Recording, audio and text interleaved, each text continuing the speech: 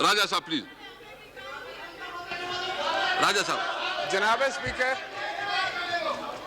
بات کرنے دے، بحث کرنے دے، باہر بھی پابندی تو ادھر بھی جی پلیز. جناب اسپیکر جی راجہ جی ٹھیک جی پلیز. جی پلیز بات کر لیں. آپ جی کو بات کرنی چاہیے، آپ کو بھی بات کرنی چاہیے. جی پلیز. جناب اسپیکر اس وقت ملک میں جو کیفیت ہے آج ہم ایکسپیکٹ کر رہے تھے، ہونا تو یہ چاہیے تھے کہ جمعے کے دن جو اجلاس ہوا اس میں گورنمنٹ کی طرف سے پالیسی بیان آتا، وزیر داخلہ یہاں پہ کھڑے ہو کر عوامی نمائندوں کے سامنے جو ہے وہ پالیسی بیان دیتے، اس پر پھر اراکین جو ہیں وہ اپنا اظہار کرتے، اپنے خیالات کا اظہار کرتے، کوئی تجاویز آتی. حالت یہ ہے جناب اسپیکر اس وقت کہ ملک میں میڈیا کی بالکل بلیک آؤٹ اور سارا ملک افواہوں کے جو ہے وہ زد میں ہے، کسی کو کچھ پتہ نہیں کیا ہو رہا ہے. اور وزیر داخلہ نے جو آ کر بیان دیا ہے وہ آپ کے سامنے، میں سمجھتا ہوں وہ اس ایوان کی توہین کر کے چلے گئے ہیں. اگر وزیر اعظم نے 4:30 بجے تقریر کرنی ہے تو وزیر اعظم نے یہاں آ کر کرنی چاہیے تھی تقریر. He is responsible to this house. جناب اسپیکر یہ کیا کہا ہے وزیر داخلہ نے کہ آپ نے مجھے بلایا اور میں آ گیا؟ جناب اسپیکر اس وقت حالت یہ ہے پورے ملک میں کہ حکومت کی نااہلی کی وجہ سے، ناکامی کی وجہ سے، نا تجربہ کاری کی وجہ سے بھائی بھائی کے ساتھ لڑ رہا ہے اور ملک کو ہم ایک ایسی سمت لے کے جا رہے ہیں جو بہت خوفناک ہے. کیا ان کی عقل میں یہ بات نہیں آ رہی؟ یہ یہاں اپنی سیاست جو ہے وہ اس پہ بات کرنے چاہتے ہیں، ایک دوسرے پر ذمہ داری ڈال رہے ہیں. وزیر داخلہ کہتا ہے کہ قادری صاحب بیان دیں گے. کمال ہے.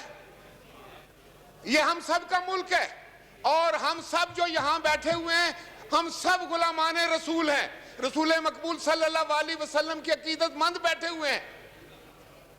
تو آپ یہ کیا کر رہے ہیں؟ آپ کو میرا خیال ہے سمجھ ہی نہیں آ رہی ہے کہ یہ کتنا احساس معاملہ ہے. اس وقت جو کچھ ملک میں ہو رہا ہے یہ وزیر داخلہ کے گھر کے سامنے اس وقت جو ہو رہا ہے وہ آپ پتہ کرائیں کیا ہو رہا ہے.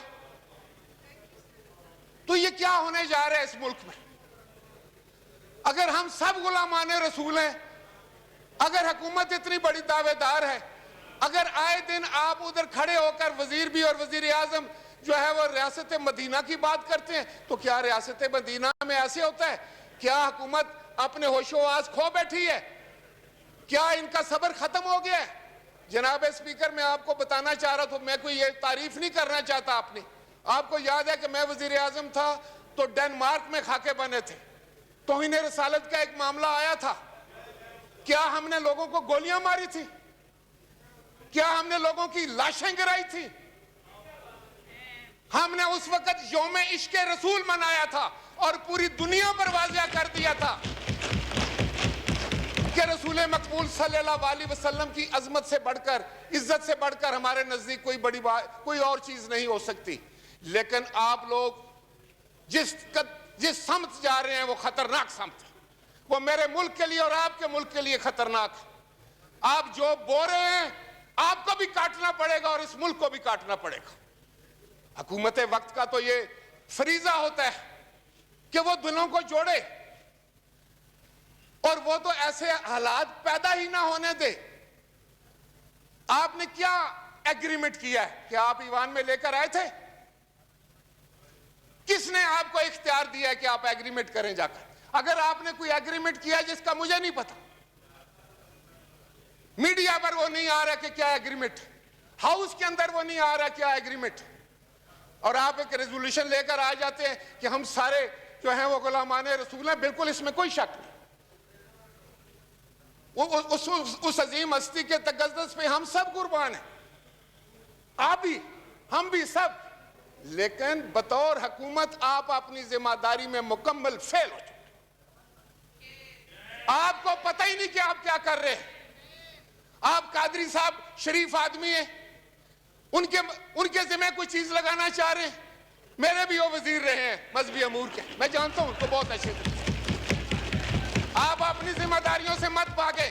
آج وزیر اعظم کو یہاں ہونا چاہیے تھا. آپ ویسے تو ٹیلی ویژن پہ بیٹھ کے بڑے لمبے لمبے باتیں کرتے ہیں. آپ کے جو آپ نے آگے ترجمان رکھے ہوئے ہیں, گز گز ان کی زبانیں. یاد رکھیں آپ اس ملک کے ساتھ دشمنی کر رہے ہیں, نفرتیں پھیلا رہے ہیں آپ اس ملک میں, آپ اس ملک کو تقسیم کر رہے ہیں. آپ نے ہمارا یہ معاشرہ ختم کر دیا, اس کی اقدار کو ختم کر دیا. آپ نے ہر وہ کام کیا ہے جس میں نفرت کا اظہار ہو, آپ نے ہر کام وہ کیا ہے جس سے تضییق کا اظہار ہو. کوئی ایک دوسرے کی عزت نہیں کرتے. آپ رسول مقبول صلی اللہ علیہ وسلم کے معاملات کو آپ اس طرح ٹیکل کریں گے؟ اسلامی ملک میں آپ اس طرح بات کریں گے؟ کبھی آپ کہتے ہیں ہم یہ کر دیں گے, کبھی آپ کہتے ہیں وہ کر دیں گے. لیکن میں آپ کو یہ بتانے جا رہا ہوں جناب اسپیکر, آپ کی وساطت سے, حکومت مکمل طور پر اس کی ذمہ دار ہے. یہ جتنی بھی جو کچھ بھی ہو رہا ہے اس وقت ملک میں, کیا آپ کو پتا ہے کیا ہو رہا ہے؟ کیا مجھے پتا ہے؟ کیا کسی اور آنریبل ممبر کو پتا ہے؟ ٹیلی ویژن پر ہم کوئی چیز دیکھ رہے ہیں, اخبارات پر دیکھ رہے ہیں. کہاں ہیں آپ کے بڑے بڑے دعوے کہ آپ میڈیا کی آزادی پر یقین رکھنے والے لوگ؟ آپ سے زیادہ فاشسٹ حکومت تو آئی نہیں. میں نے تو نہیں سنی. جناب اسپیکر, میں آپ کی وساطت سے ان کو یہ بتانے جا رہا ہوں کہ جو یہ کر رہے ہیں, they are playing with the fire. یہ بڑا احساس معاملہ ہے, بڑا سینسٹیو معاملہ ہے, اور آپ ذمہ داری سے جان نہیں چھڑا سکتے. آج یہاں وزیر اعظم کو ہونا چاہیے تھا, اگر وہ نہیں تو وزیر داخلہ نے کیا بیان دیا آپ کے سامنے؟ جناب اسپیکر, آپ رولنگ دیں, کیا اس نے کوئی پالیسی بیان دی ہے؟ اور ابھی آپ قادری صاحب سے کہہ رہے ہیں کہ وہ ایک تفصیل سے بات کریں گے, اور 4:30 بجے وزیر اعظم بات کریں گے. یہ ہاؤس کس کے لیے ہے؟ یہ پارلیمان کس کے لیے ہے؟ پارلیمان کو جواب دے وزیر اعظم. انہی باتوں کی وجہ سے میں آپ کو یہ بتانے چاہتا ہوں کہ you are pursuing wrong ideal, you are going on wrong path, اور یہ ملک کے لیے ٹھیک نہیں ہے. آپ ملک کے ساتھ دشمنی کر رہے ہیں. نور حق قاضی صاحب دیکھیں اس کے بعد. جی پلیز نور حق قاضی صاحب, اس طرح نہیں ہوگا. اگر آپ موقع دیکھیں, اس کو موقع بھی دیں, آپ کو موقع ملے گا, آپ کو موقع ملے گا. اس کے بعد پلیز یہ بات کر لیجیے. جی پلیز نور حق قاضی صاحب, اس کے بعد آپ کر لیں گے نا, آپ کر لیں گے پلیز. نحمده ونصلي ونسلم على رسوله الكريم. اما بعد فاعوذ بالله من الشیطان الرجیم. بسم اللہ الرحمن الرحیم. اللهم صل وسلم وبارك على سيدنا مولانا محمد عبدك ورسولك ونبيك وحبيبك الأمي وعلى آله وصحبه وبارك وسلم عليه. جناب اسپیکر صاحب, آج جس چیز کے لیے آپ نے مجھے حکم دیا ہے, اور محترم وزیر داخلہ صاحب نے بھی اس کی مختصر الفاظ میں وضاحت اور پالیسی سٹیٹمنٹ دے دی ہے, میں یہ گزارش کروں گا کہ اس حوالے سے جو آپ کے احساسات و جذبات ہیں, جو اس ہاؤس کے اراکین کے احساسات و جذبات ہیں, جو گیلریز میں بیٹھے لوگ ہیں اور جو قوم ہمیں سن رہی ہے اور دیکھ رہی ہے, سب کے احساسات اور جذبات حضور نبی کریم صلی اللہ علیہ وسلم کی عشق تک اور محبت کی جب بات آتی ہے, اس میں کسی عالم دین کا یا کسی جبہ و دستار والے کا, کسی داڑھی والے اور کلین شیوٹ کا, اور کسی سوٹڈ بوٹڈ مسلمان کا ان احساسات اور جذبات میں کوئی فرق نہیں ہوتا. اور آج تک میری نظر میں ایسا کوئی پیمانہ موجود نہیں جو بندے کا اپنے رب کے ساتھ اور اس کے حبیب اور رسول کے ساتھ جو تعلق ہے, اس تعلق اور اس محبت کو ناپے. ہمیں جو کچھ پچھلے دنوں ہوا, اور جتنا دکھ اور افسوس آپ کو ہے, اتنا اس طرف ٹریجری بینچز پر بیٹھنے والے تمام معزز اراکین کو ہے. اور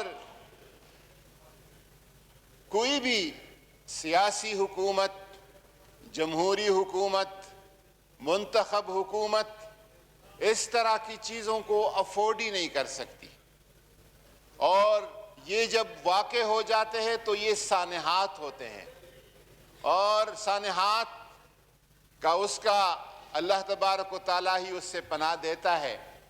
ہم نے اپنے طور پر گزشتہ 4 مہینے سے اس معاملے کو پرامن طریقے سے، مذاکرات کے ذریعے سے، منت کے ساتھ، سماجت کے ساتھ، جو بھی ڈائریکٹ اور انڈائریکٹ کوششیں ہو سکتی تھی ہم نے کر دی تاکہ یہ معاملہ بہتری کے ساتھ سلجھ سکے.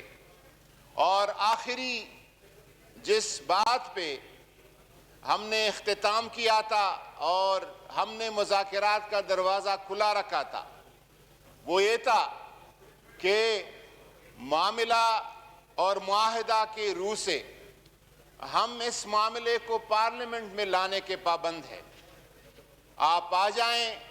اسپیکر صاحب ایک پارلیمانی کمیٹی کو نامزد کرے گی جس میں تمام سیاسی جماعتوں کی نمائندگی ہوگی، اور اس کے سامنے اپنا موقف، آپ کا جو ڈرافٹ ہے، آپ جو کچھ چاہتے ہیں اس کے سامنے آپ پیش کریں گے. اور پاکستان کی فارن آفس اور فارن پالیسی ایکسپرٹ اپنا سٹیٹمنٹ دے دیں گے، ادھر اپنا ڈرافٹ دے دیں گے. اور وہ کمیٹی جس طرح چاہے ہم مذہبی جماعتوں کا، مذہبی شخصیات کا، علماء کرام کا، ان کے موقف کا احترام کرتے ہیں، لیکن خارجہ پالیسی کا تعین حکومت وقت اور پارلیمنٹ کا کام ہے کہ یہ کریں. ہم نے ان کو یہ کہا کہ اس کمیٹی کو آپ قائل کریں اور اس کو بتائیں کہ کس طرح کا ڈرافٹ ہم نے لانا ہے. وہ کمیٹی اگر فیصلہ کرتی ہے تو حکومت کو من و عن وہ فیصلہ قبول ہوگا.